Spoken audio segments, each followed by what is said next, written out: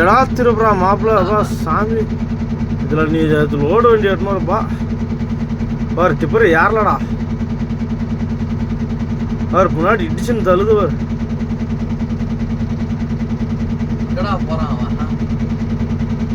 யார்லடியே வண்டிய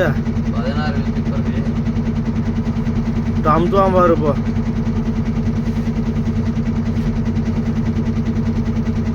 இப்போ சாமி இந்த டோனி மலை வந்துச்சுனாவே சுத்தமா ஏறலடா.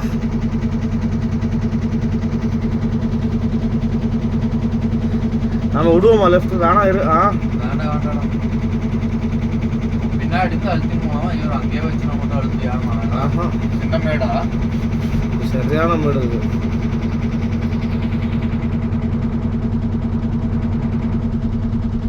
பின்னாடி வந்து கூட போகலாம்.